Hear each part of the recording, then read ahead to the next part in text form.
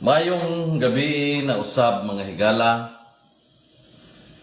Welcome back to Panglantaw sa Kagabhion, where we peel back the layers of life that society often hides behind filters, labels, and illusions.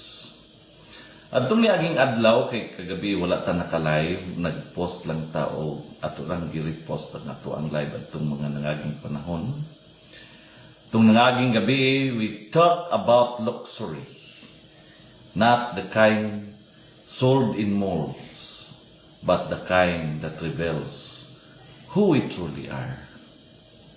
Pero sa dili pa nato sugdan mga igsoon, to sang gi-shout out si Pastor Yong Monleon Makigangay Jr. diha sa Sayo Christian Fellowship, si Mr. Johnny D. Samunti, si Miss Revelyn Apabli Lagata, ug si ato ang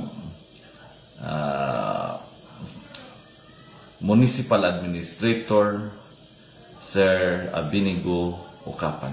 Daghang kayong salamat sa inyong pagtanaw ug pag-support ani ato ang programa Panglantaw sa Kagabhion. Tonight, padayon ta sa atong gisugdan. Because this conversation runs deeper than bags, watches, and designer bills. This is about the identity crisis happening in our society today. Let me begin with this simple truth. Luxury brands create an image, but only your character creates impact. And yet so many Filipinos now mistake visibility for value, attention for affection, and branding for belonging. Because in this age of social media, it is becoming easier to appear successful than to actually be someone of substance. Uban gani they say, mo post lang kog bag-ong bag, mo like dayon ang mga tao. Manghambog kog rilo, mo increase dayon akong self-esteem. Magsuot kog Gucci, mura kog naay special treatment sa kalibutan. Mga uban, hala sayo-sayo, ana sa ilahang bag na Gucci or Louis Vuitton bag. But inwardly, still insecure, still lost, still crushed by comparison. Kaya ang kamatuoran mga higala mao ni. Insecurity is the most expensive luxury of all. Kay dili gyud na siya mawala maski unsa pakat dako sa imong koleksyon. Look at our society right now. People judge you based on your phone, not your principles. Muban, palit gyud iPhone. Kini inyong igsuon mga higala, nagmantinir gyud in town tag Android. Kanang hinatag bitaw sa smart kay kanang nagkwantag plan, then pagkapinanta sa smart o cellphone. Mao ra gyud na tong cellphone mga igsuon. People evaluate your worth through your brand, not your behavior. People admire the shine of your jewelry, but ignore the darkness in your attitude. Daghan ang girespeto tungod sa ilang kwarta, pero walay usa ka tinuod nga higala tungod sa ilang batasan. Daghan ang gi-follow sa social media, pero walay usa ka tawo nga motawag nila honest person. Daghan ang gakulik og luxury, pero walay gikulik nga respeto sa kinabuhi. This is the sickness of our time, and this is where the word of God cuts sharply through the noise. Proverbs chapter 27 verse 19. As water reflects the face, so one's life reflects the heart. Meaning, your positions do not reflect you. Your lifestyle does not reflect you. Your brand collection does not reflect you.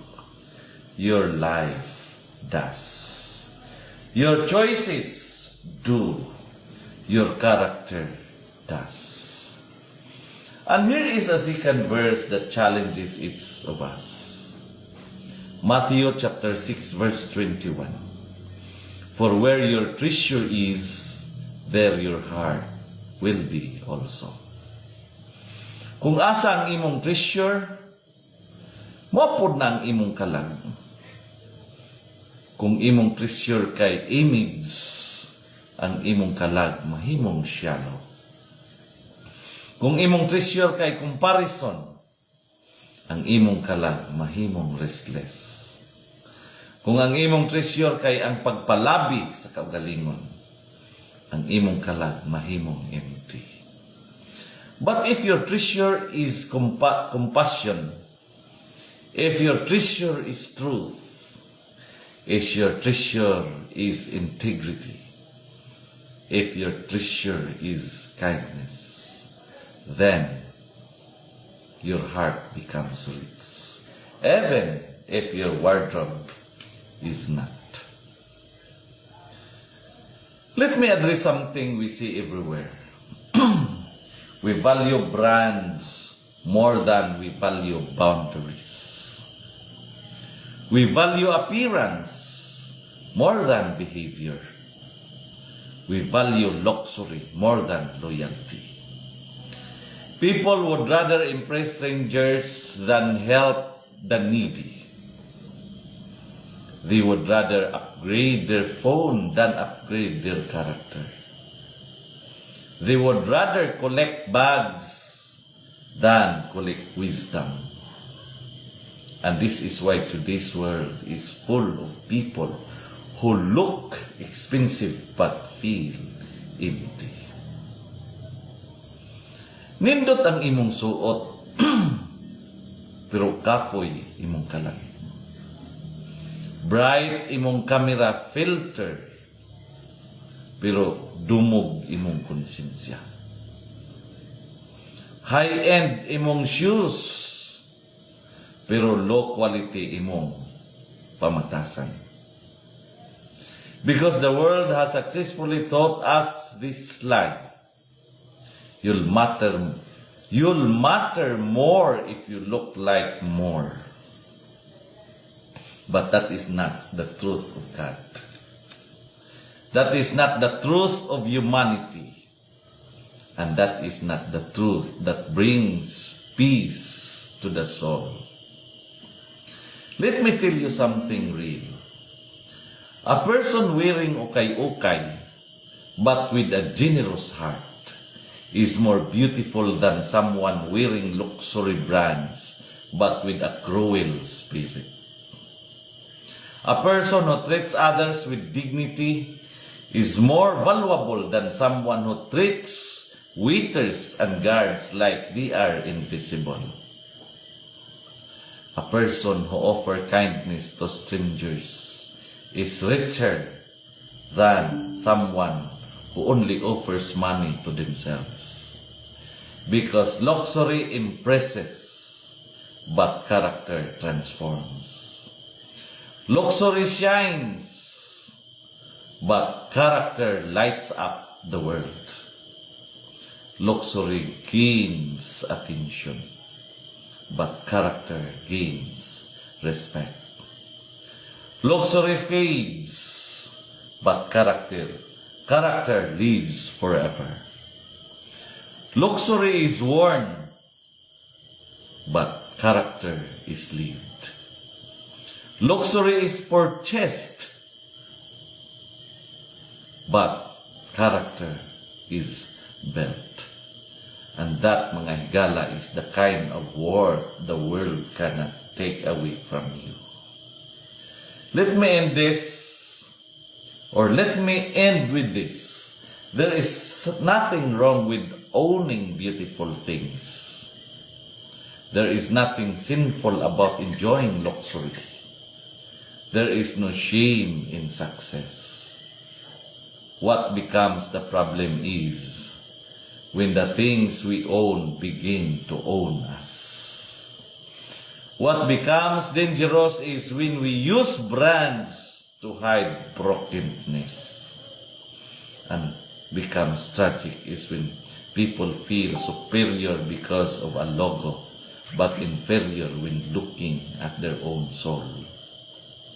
And what becomes truly heartbreaking is this: when people polish their image but neglect their character. So tonight I challenge you. If you want real status, build integrity. If you want real wealth, cultivate kindness. If you want real beauty, practice humility. If you want real power, walk in truth. Because at the end of the day, when all brands fade, when trends expire, when the world forgets what you wore, only God will remember who you became. This is panglantaw sa kagabhion di ng kahayag na gadanag, bisan pa sa kangitngit.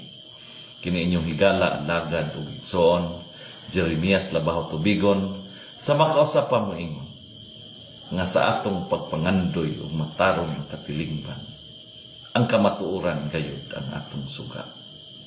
Ug sa kangitngit sa kasaysayan, ang tinud-anay nga pamunuan, ang labing hayag nga paglaom. Padayon ta sa pagtanaw sa kamatuoran, bisan pa sa kasilaw sa kalibutan. Kaninyong tanan, mga igsoon, ang Dios magapanalangin, ug magapanalangin, ug magapanalangin kanatong tanan. Maayong gabi.